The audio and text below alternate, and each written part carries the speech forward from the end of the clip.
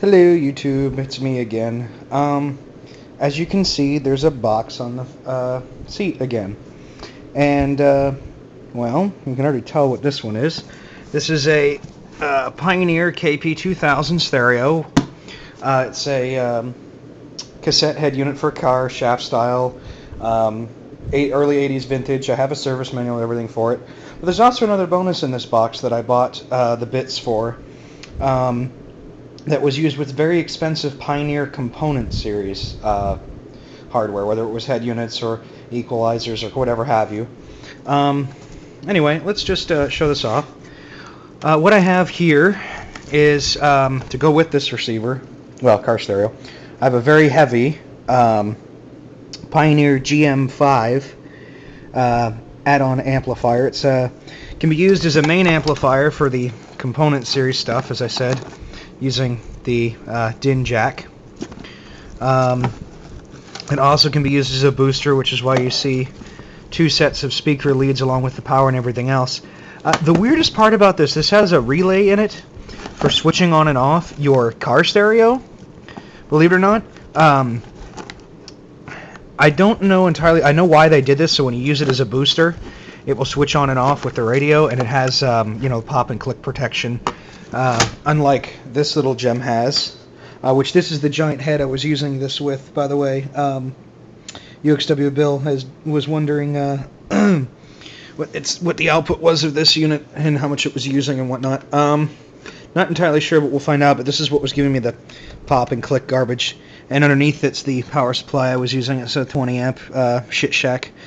This is a RCA head I'm thinking about putting in the Jeep. Not sure about it, which I have vids to make of that as well. Anyway, so here's the bottom of that amplifier. It's around so you can see it. I don't know if I can zoom in on this or not, but we'll try. If I can hold it steady enough, it may or may not focus on it. There we go. And then, it's got a mounting bracket for it. It's got a mode selection switch here. Again, if the camera wants to focus or not, we'll try and find out here. Come on. Well, it was going to. I don't necessarily have a macro mode per se. I know I do for the stills mode. But anyway, basically what that has on it is it just switches between the DIN jack, the RCA inputs here, and the booster level, the high level inputs. Anyway, so we'll stick this aside. And then here I have the car stereo. Now this I got from YouTube user Elmo3 on trade, along with some other bits and bobs. This was new in the box. The belts, of course, are mush because it's never been used and things get old. It has an adapter, believe it or not, UXW Bill, for putting in the cars like a Cadillac, like that old Caddy that you have, and some other cars for the taller dash openings. Don't know what specifically, I think it's for a lot of GM Chrysler cars and whatnot. It's got your typical Motorola antenna plug on it. Luke has an unboxing, Elmo 3, he's got an unboxing of this on his channel.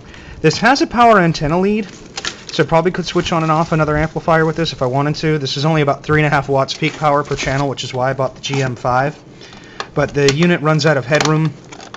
The car stereo runs out of headroom before the amplifier does, so it'll actually distort the source before the amplifier output distorts. And I have had this cranked and pouring audio out for quite a while, and it does not get hot. Oddly enough, same is true for this unit as well. It's quite beautiful. I was thinking about using the two in conjunction with each other, but it would kind of defeat the purpose of the GM5's clean output power because even though the booster sounds good, it may have dirty output, and I don't know if this thing likes common ground inputs or not, or inputs or outputs for that matter. I haven't really mucked with it enough to find out, and I don't want to burn a channel in it in case the amplifier output's not capable of being common ground. It uses a common for front and rear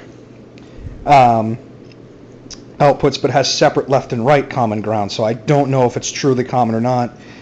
And the amount of work required to get this open could possibly be its demise, so I really, with the shape that it's in and considering what I'd paid for it, I really don't want to risk pulling it apart. Anyway, so hopefully fan noise hasn't been a problem. I know it wasn't in the last video, but it is blowing directly down on this, so we'll see what happens. I also have, it was new in the box, so I have, all the knobs and everything. It was only unboxed and tested just to see how everything was, but everything was here that it came with. Knobs, grounding straps, screws, connectors. The other thing is that since both these were from the same era, all the barrel type connectors are still here and it weren't cut or spliced or anything, so it's directly made it up to it. It's not force fitted or anything like that, or spliced in together. So everything fits as it should. I probably should have this packed in here a little bit better, but it only sits in one spot, and we'll do so until I get it. I was going to put this in the Jeep, but the Infinity Gold system that's in it sounds good enough for my taste anyway for driving, so it won't get switched right away. But we'll see in the future if it does. I'm not entirely sure. So anyway, just thought I'd do this and at least give you the guys something else to oogle at while I take vids and pictures of the Jeep when I'm not busy driving it. Which I've only had my license for about 3 days and the car for 2. So yeah, I'm pretty enthusiastic about it. So there's just another look at that. And you can pour in that, and as my battery dies, so that means that this is the end of this video, so I will catch up with you guys later.